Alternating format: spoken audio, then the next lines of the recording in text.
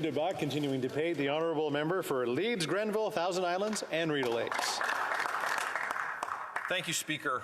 We find ourselves here this morning discussing another attempt by this Liberal government to make a mad grab at power, a gross overreach.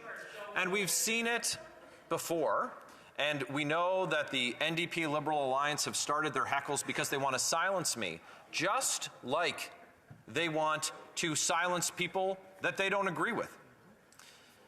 We know that at the very beginning of this pandemic, that the first thing that the Liberal government attempted to do was to make a mad grab at power. They wanted the ability to spend unlimited amounts of money and to raise taxes, tax Canadians as they see fit, without parliamentary oversight for nearly 2 years. Her Majesty's loyal opposition was awake at that late hour, and we stepped up and we stopped that overreach. And here we are at an early hour on a Saturday morning in an extraordinary sitting of this place. Well, the government looks to use extraordinary processes to attack people that they disagree with. We heard from the Justice Minister. He said it on TV for all to hear, that if you have political views that he disagrees with, they're coming for your bank account. Shame. Wow. And what? It's dangerous. And if you agree with the Justice Minister, you have the same distaste for the same politicians, maybe this time you're not worried. But what about the precedent that it sets when a future government, who has a different political view than you, goes after the bank accounts of their enemies or people that they disagree with? We in this place have a responsibility to safeguard the rights of all Canadians. We've heard a lot of talk about the impact in downtown Ottawa. And so I want to start with that very quickly. The residents of downtown Ottawa have seen protests and celebrations in their neighborhoods for years. It's really a feature, normally, of living at the heart of Canada's democracy. It has, for them, been of late anything but. Many of them are now represented in a class action lawsuit against the protesters. So I'd like to, for the House, share what their lawyer, a fixture in the human rights legal community, has to say about the government's invocation of the Act. Quote, "This seriously infringes on the charter rights of Canadians." End quote. That's the lawyer representing the folks downtown in Ottawa here. He said, and I quote again, "I'm acutely aware of the trauma experienced by Ottawa residents. I fully agree that the Emergencies Act is a dangerous tool that is not required." End quote. So who better to pronounce on the urgency of the situation in downtown Ottawa than the lawyer who's representing, the human rights lawyer representing the downtown Ottawa residents? But let's talk about the other remedies that have been used to address people as part of this movement. We saw at the Ambassador Bridge, the Windsor border crossing, police of jurisdiction resolve the blockade of our international border. They did it over a 2-day period without the use of the Emergencies Act. We saw in Coutts, Alberta, the same result with the existing resources and the existing laws. And the police of local jurisdiction there, through police intelligence, identified that there were weapons and ammunition at a nearby site. They effectively interdicted it without a shot being fired, using the local laws and the local resources. Not an emergency. So we had the greatest public health crisis in more than a century that this government presided over, an economic downturn, the worst in a century that this government presided over. They deemed neither emergencies. We have an opioid crisis where people are dying on our streets every day The government doesn't declare that an emergency. They're not taking extraordinary steps to deal with that. But it goes back to that power grab. And it goes back to a pattern that we've seen with this Prime Minister.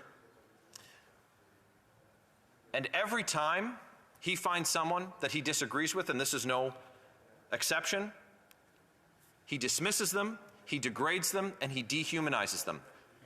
Millions of Canadians, because they disagree with them. He said they hold unacceptable views, and they take up space.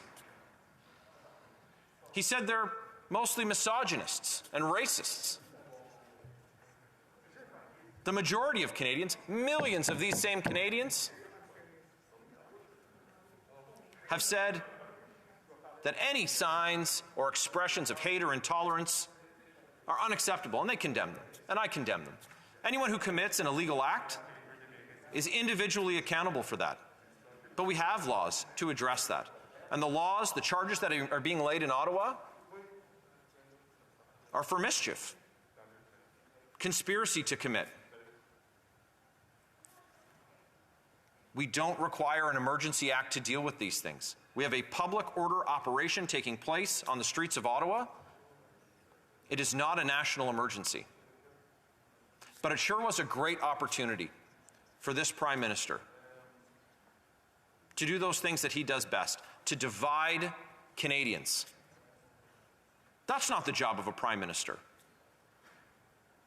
And it's a shame that he finds common cause amongst the government benches and with the third party in this House. History will not be kind to those who approve of this illiberal power grab. That's not who we are as Canadians. Many of the folks who are protesting at different places across Canada, who are raising their voice, they're tired. We're all tired of COVID.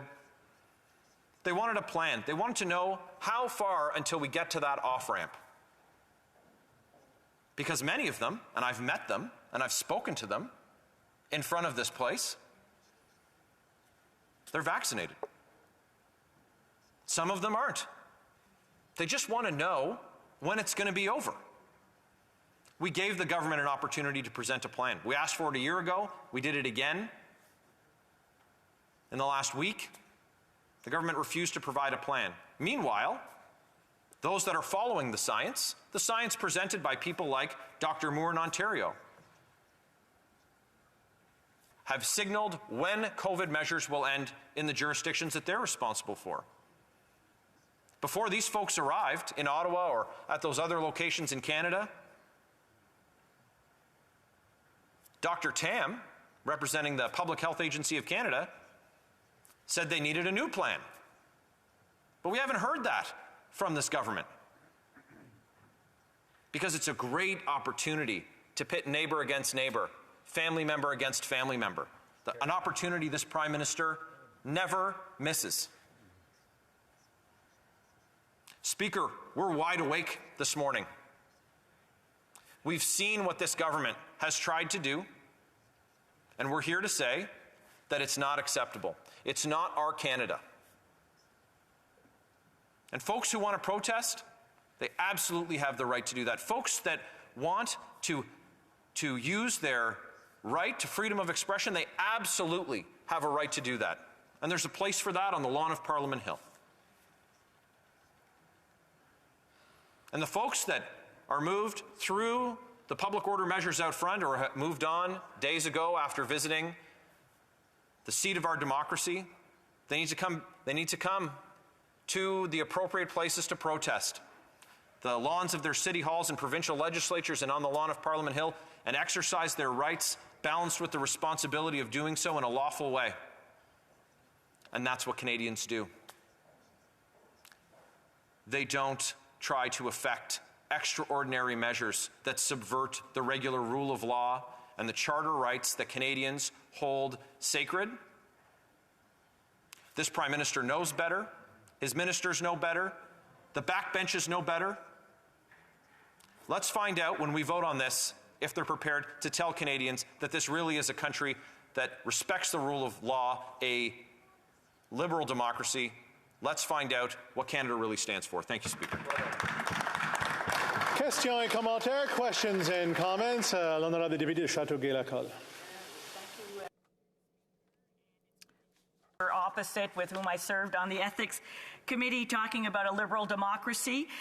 Mr. Speaker, there are different tactics that can be used to discredit one's adversary. There's discrediting someone with a constant barrage of insults and slurs. There's distraction or deflection or whataboutism. And all of these are used to divide people. I'd like to ask the honourable member, which tactic is he using today? The honourable member for Leeds, Grenville, Thousand Islands and Rideau Lakes. Well, Mr. Speaker, I talk about a liberal democracy because the government of this country is represented by the illiberal Party of Canada, it would appear. And the tactic that I'm using today is reminding this government of the foundations of our democracy, and that's the rights of Canadians.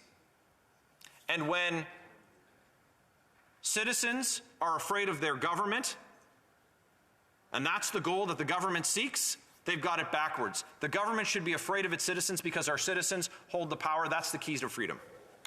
Questions et commentaires, questions and comments. L'honorable The honourable member for Manicouagan. Thank you, Mr. Speaker. I'd like to thank my colleague from Leeds, Grenville, Rideau Island, Thousand Islands, Rideau Lakes. I have a very simple question for him. Why did the Quebec government, the Legault government, succeed in 2 days without invoking any type of Emergencies Act? How did it succeed in fixing a similar situation? Thank you. Thousand Islands and Rideau Lakes.